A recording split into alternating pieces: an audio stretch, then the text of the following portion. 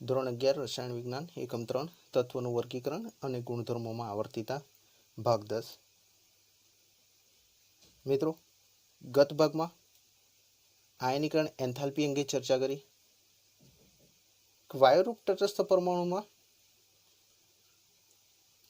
રહેલ ઇલેક્ટ્રોન ને દૂર કરવા માટે આપવી પડતી ઉર્જા, જેને આયનીકરણ એન્થાલ્પી કહીએ છીએ. આમ જ્યારે વાયુરૂપ તટસ્થ પરમાણુમાંથી ઇલેક્ટ્રોન દૂર થાય છે ત્યારે ધન આયન બને છે. હવે આજે જે ભાગની ચર્ચા કરીએ છીએ ઇલેક્ટ્રોન પ્રાપ્તિ એન્થાલ્પી, જેમાં એનાથી થોડી વિરુદ્ધ બાબતો છે. જેમ કે વાયુરૂપ તટસ્થ પરમાણુમાં એક ઇલેક્ટ્રોન ઉમેરાય છે અને ઋણ આયન બને છે, અને એ દરમિયાન એન્થાલ્પીમાં કંઈક ફેરફાર થાય છે, જેને ઇલેક્ટ્રોન પ્રાપ્તિ એન્થાલ્પી તરીકે ઓળખીએ છીએ. તો સામાન્ય રીતે અહીં વાયુરૂપ તટસ્થ પરમાણુમાં ઇલેક્ટ્રોન ઉમેરાય છે અને ઋણ આયન બને છે. તો અહીં આપણે શરૂઆત કરીએ છીએ એક સમીકરણ દ્વારા કે વાયુરૂપ તટસ્થ પરમાણુ જેમાં ઇલેક્ટ્રોન ઉમેરાય અને ઋણ આયન બને છે. ઋણ આયન, જેને આપણે એનાયન તરીકે ઓળખીએ છીએ. હવે બીજી એક બાબત સાથે સાથે કે પરમાણુ દ્વારા જ્યારે ઇલેક્ટ્રોન પ્રાપ્ત થાય છે અથવા ઇલેક્ટ્રોન મેળવાય છે, તો એ પ્રક્રિયા ઉષ્માક્ષેપક કે ઉષ્મા શોષક હશે, એ જે તે તત્વો ઉપર આધારિત છે. ઉષ્માક્ષેપક મતલબ કે એવી પ્રક્રિયા કે જેમાં ઉષ્મા મુક્ત થાય છે, અને ઉષ્મા શોષક પ્રક્રિયા મતલબ કે જેમાં ઉષ્માનું શોષણ થાય છે, એવી પ્રક્રિયા. સૌપ્રથમ વ્યાખ્યા. ઇલેક્ટ્રોન પ્રાપ્તિ એન્થાલ્પી કોને કહે છે? તો વાયુરૂપ તટસ્થ પરમાણુ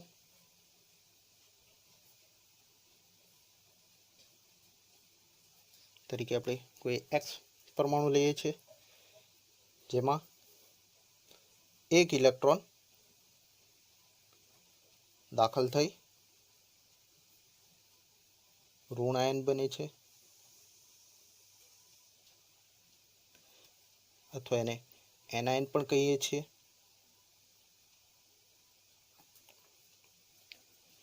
ત્યારે થતા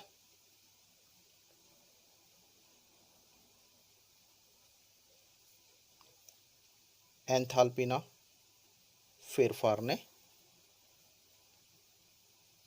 ઇલેક્ટ્રોન પ્રાપ્તિ એન્થાલ્પી.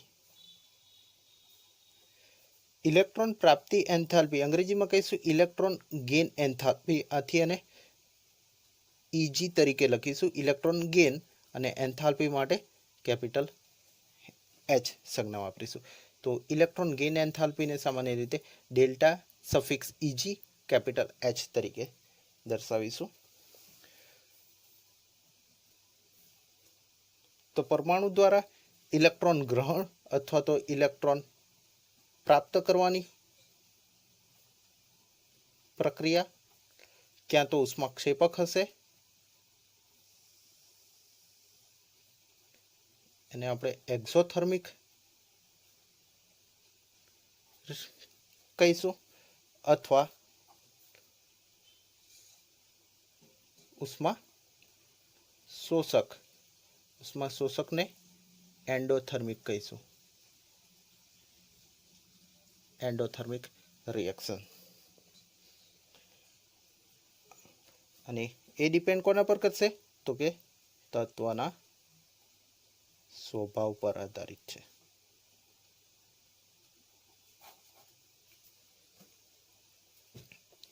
હવે જ્યારે પણ કોઈ તત્વ ઇલેક્ટ્રોન ગ્રહણ કરે છે અથવા તો ઇલેક્ટ્રોન મેળવે છે, ત્યારે ઊર્જા મુક્ત થાય અને ઊર્જા મુક્ત થાય ઇલેક્ટ્રોન પ્રાપ્તિ એન્થાલ્પી ડેલ્ટા Eg H એ ઋણ હોય, નેગેટિવ. હવે આ જે વલણ છે આવર્ત કે જેમાં ડાબેથી જમણી તરફ જઈએ તો ઇલેક્ટ્રોન પ્રાપ્તિ એન્થાલ્પી એ ઋણ થતી જાય, નેગેટિવ. It becomes negative. અને સમૂહ જેમાં ઉપરથી નીચે તરફ અપ ટુ ડાઉન તો ઇલેક્ટ્રોન પ્રાપ્તિ એન્થાલ્પી નું મૂલ્ય એ ઓછું ઋણ થતું જાય, મતલબ ધન તરફ એની જે મૂલ્ય છે એ ધન તરફ જતું જશે. તો આ જે કંઈક વલણ છે એ શાના કારણે છે એક ઉદાહરણ દ્વારા સમજીએ. દાખલા તરીકે આવર્તમાં અહીં દ્વિતીય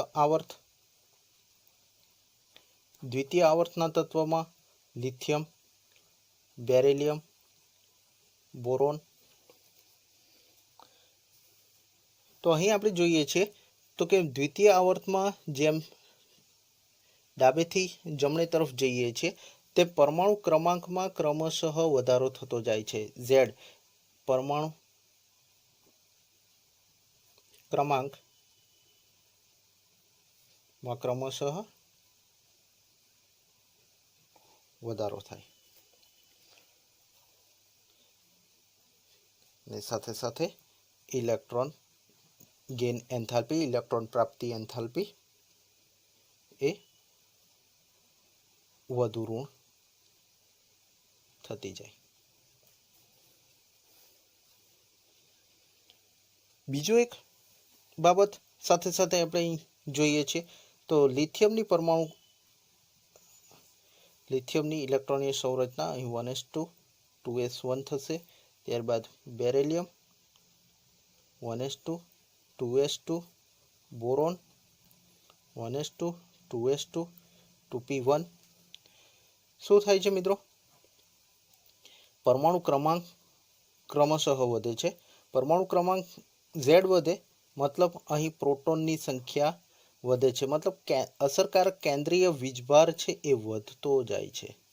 અસરકારક કેન્દ્રીય વીજભાર પ્રોટોનની સંખ્યા વધે છે અને પ્રોટોનની સંખ્યા વધે છે, કેન્દ્રીય વીજભાર વધારે થાય છે. અને સાથે સાથે એક બીજી બાબત કે જ્યારે નવો ઇલેક્ટ્રોન દાખલ થાય છે એ એક જ કક્ષામાં દાખલ થતો રહે છે, આથી એમની વચ્ચેનું જે આકર્ષણ છે એ આકર્ષણ વધારે હોય છે. તો આ એક અન્ય કારણ કે પરમાણુ ક્રમાંકમાં વધારો થાય, સાથે ઇલેક્ટ્રોન પ્રાપ્તિ એન્થાલ્પી વધારે ઋણ થતી જાય અને જેમ આવર્તમાં ડાબેથી જમણી તરફ જઈએ છીએ તેમ અસરકારક કેન્દ્રીય વીજભારમાં વધારો થાય છે. એનું કારણ શું છે તો કે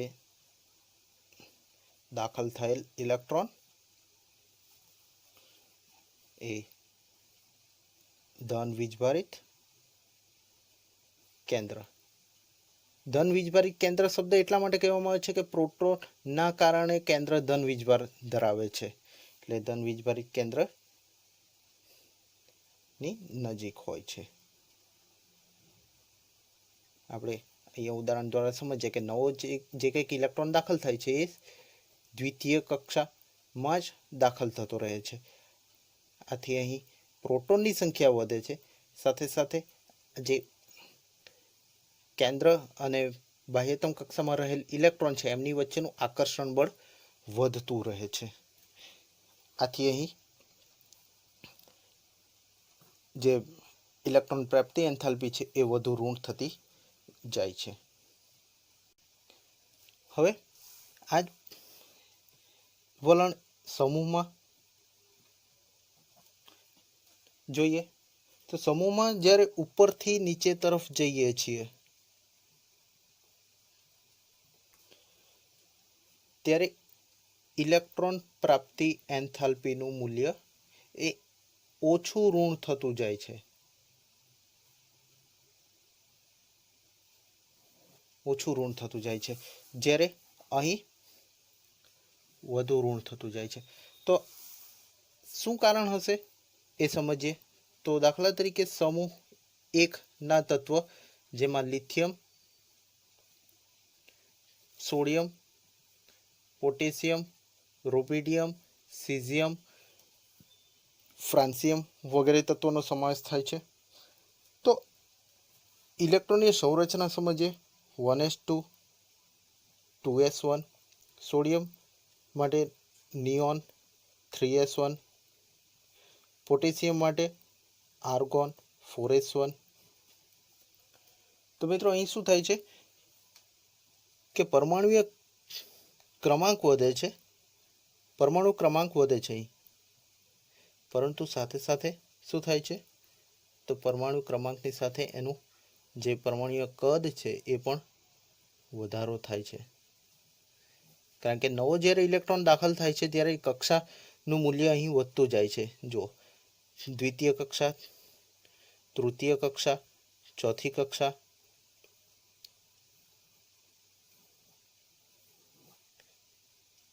એટલે શું થાય છે કે કેન્દ્ર અને ઇલેક્ટ્રોન વચ્ચેનું જે અંતર છે એ અંતર પણ વધતું જાય છે. આથી અહીંથી પરમાણુ કદ વધે છે અને સાથે સાથે નવો દાખલ થયેલ ઇલેક્ટ્રોન એ કેન્દ્રથી વધુ દૂર હોય છે અને આ કારણે ઇલેક્ટ્રોન પ્રાપ્તિ એન્થાલ્પીનું મૂલ્ય ઓછું ઋણ થતું જાય છે. તો અહીં પરમાણુય કદ વધે છે. પરમાણુય કદમાં વધારો થતો જાય છે ક્રમશઃ.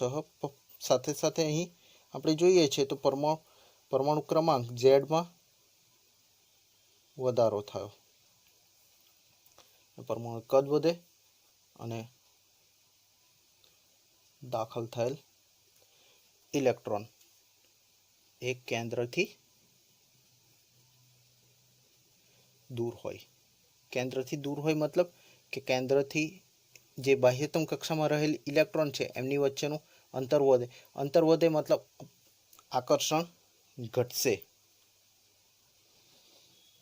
તો મિત્રો આ આવર્ત અને સમૂહ, જેમ આવર્તમાં આપણે જોઈએ છીએ તો જેમ ડાબેથી જમણી તરફ જઈએ છીએ તેમ ઇલેક્ટ્રોન પ્રાપ્તિ એન્થાલ્પીનું મૂલ્ય વધુ ઋણ થતું જાય છે. જ્યારે સમૂહમાં ઉપરથી નીચે તરફ જઈએ છીએ ત્યારે ઇલેક્ટ્રોન પ્રાપ્તિ એન્થાલ્પીનું મૂલ્ય ઓછું ઋણ થતું જાય છે. આવો જ એક ટ્રેન્ડ, આવું જ એક વલણ સમૂહ 17 અને સમૂહ 18માં સમજીએ.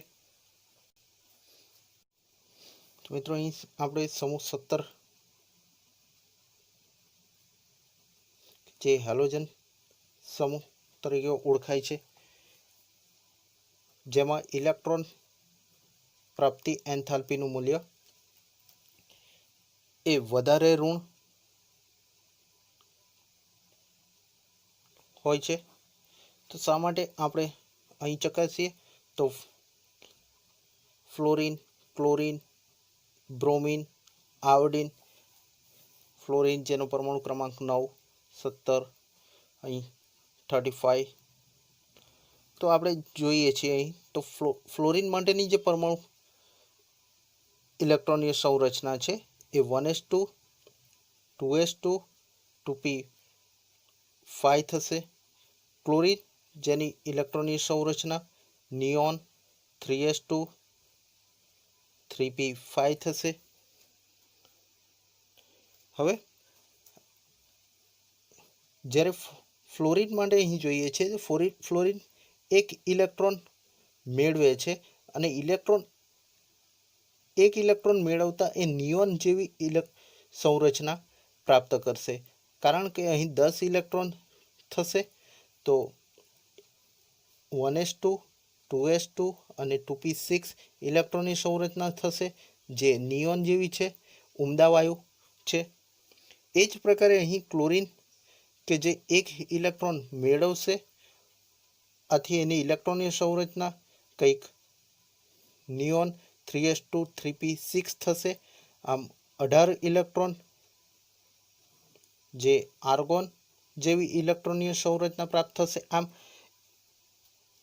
સમૂહ 17ના જે તત્વો છે એ ઇલેક્ટ્રોન મેળવીને ઉમદા વાયુ જેવી ઇલેક્ટ્રોનીય સંરચના પ્રાપ્ત કરે છે, ને જેના કારણે અહીં ઇલેક્ટ્રોન પ્રાપ્તિ એન્થાલ્પીનું મૂલ્ય એ વધારે ઋણ હોય છે. તો અહીં હાલોજન સમૂહના તત્વો એક ઇલેક્ટ્રોન મેળવીને ઉમદા વાયુ જેવી ઇલેક્ટ્રોનીય સંરચના પ્રાપ્ત કરે છે.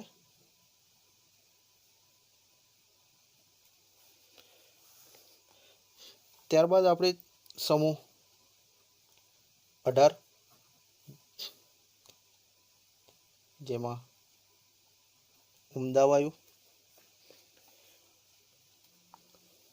અને એમની ઇલેક્ટ્રોન પ્રાપ્તિ એન્થાલ્પીનું મૂલ્ય એ વધારે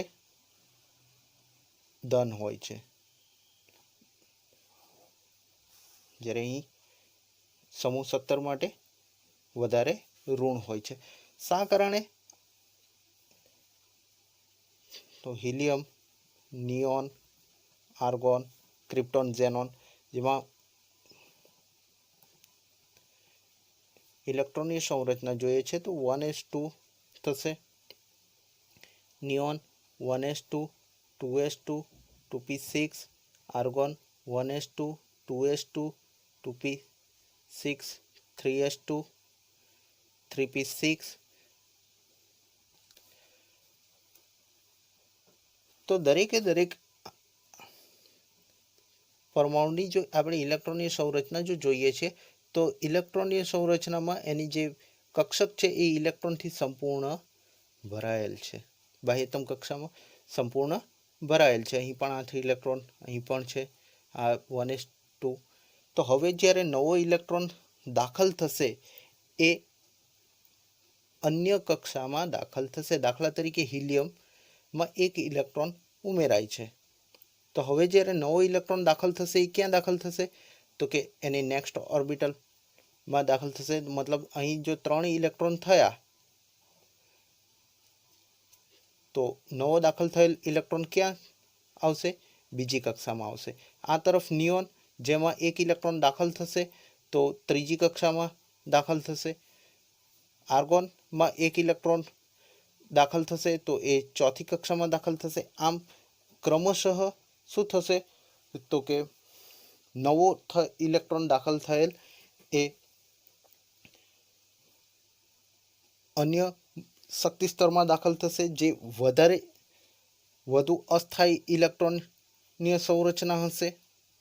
આથી એનું જે મૂલ્ય છે એ વધારે ધન હશે. તો કારણ કે ઇલેક્ટ્રોન દાખલ થાય છે ત્યારે હાલનું મુખ્ય શક્તિ સ્તર 1s2 છે હિલિયમ માટે.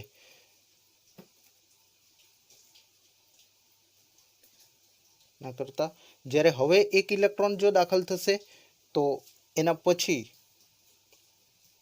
ના મુખ્ય શક્તિ સ્તર કો કક્ષા કો માં પ્રવેશે, અને જે વધુ અસ્થાયી ઇલેક્ટ્રોનની રચના હશે.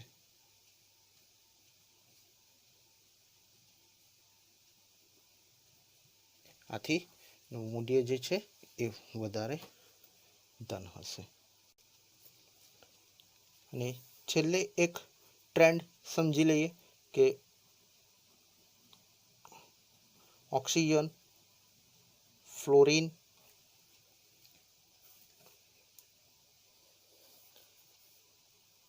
ને ઇલેક્ટ્રોન પ્રાપ્તિ એન્થાલ્પીનું મૂલ્ય એ ઓછું ઋણ હશે. તો અહીં ઓક્સિજન માટે ઇલેક્ટ્રોનની સંરચના 1s2 2s2 2p4 થશે. ફ્લોરિન માટે ઇલેક્ટ્રોનની સંરચના 1s2 2s2 2p5 થશે.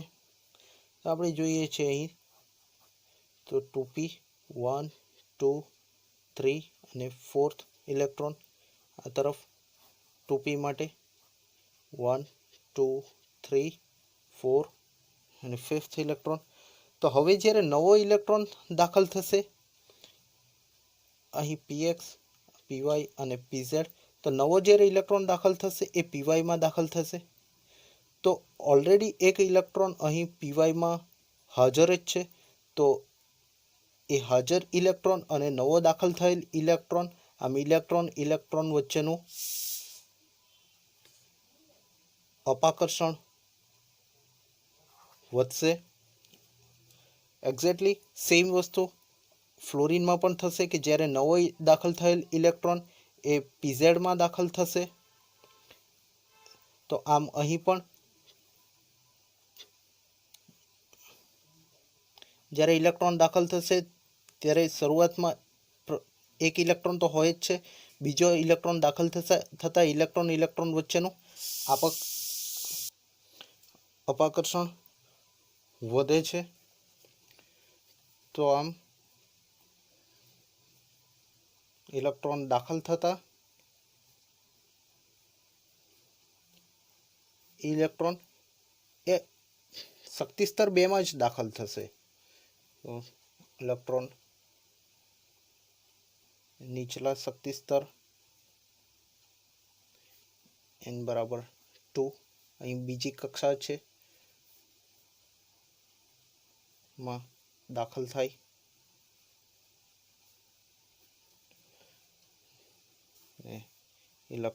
ઇલેક્ટ્રોન અપાકર્ષણ વધે છે. તેથી અહીં ઓક્સિજન, ફ્લોરિન ને ઇલેક્ટ્રોન પ્રાપ્તિ એન્થાલ્પીનું મૂલ્ય ઓછું ઋણ હશે. અને છેલ્લે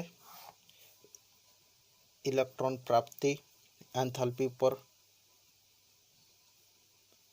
અસર કરતા પરિબળો જે ઓલરેડી આયનાઇઝેશન એન્થાલ્પીમાં ચર્ચા કરેલ છે. પરમાણુય કદ, ત્યારબાદ અસરકારક કેન્દ્રીય વીજભાર,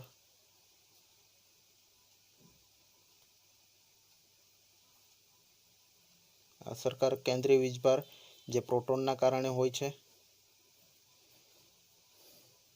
ત્યારબાદ સ્ક્રીનિંગ અસર, નંબર 4 ઇલેક્ટ્રોનીય સંરચના. સાથે સાથે છેલ્લે જેમ સ્ક્રીનિંગ અસર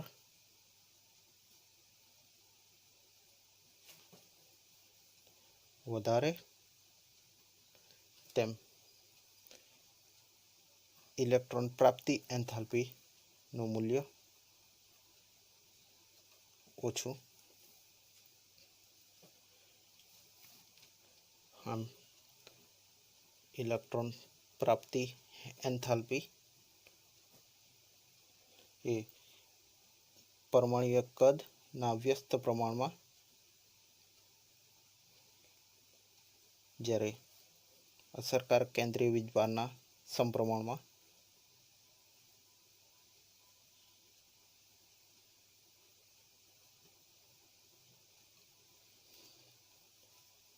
અને અસરકારક કેન્દ્રીય વીજભાર is inversely proportional to screening effect ના વ્યસ્ત પ્રમાણમાં હોય છે. તો આ થઈ ગઈ બાબત ઇલેક્ટ્રોન ગેઇન એન્થાલ્પી માટેની. અને સાથે સાથે આપણે આયનીકરણ એન્થાલ્પી અંગેની પણ ચર્ચા કરી લઈએ.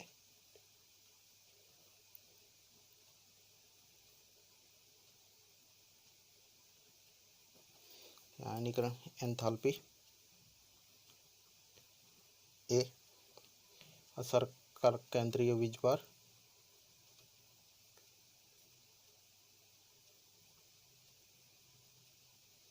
ના સમપ્રમાણમાં જ્યારે સ્ક્રીનિંગ અસર ના વ્યસ્ત પ્રમાણમાં હોય છે. અને એમાં પણ આપણે જોઈએ છીએ જેમ સ્ક્રીનિંગ અસર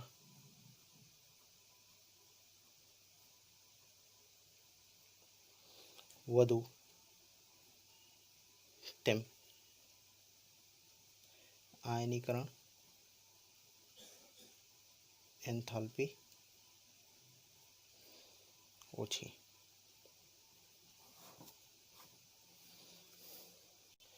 તો મિત્રો આ ઇલેક્ટ્રોન પ્રાપ્તિ એન્થાલ્પી અંગેનો કોન્સેપ્ટ છે. નેક્સ્ટ ભાગમાં વિદ્યુત ઋણતા ઇલેક્ટ્રોનેગેટિવિટી વિશે ચર્ચા કરીશું. Thank you very much.